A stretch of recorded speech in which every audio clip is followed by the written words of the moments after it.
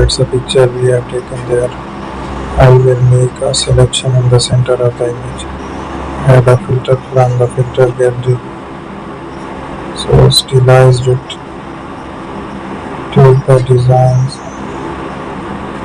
Explore these options. Stroke length here. Use on it. I will take another adjustment tool. So use the gradient map over the selected part.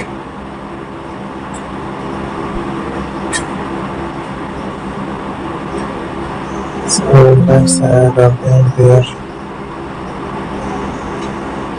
Thank you for watching our video. Don't forget to subscribe my channel. So that's the image we have edited there.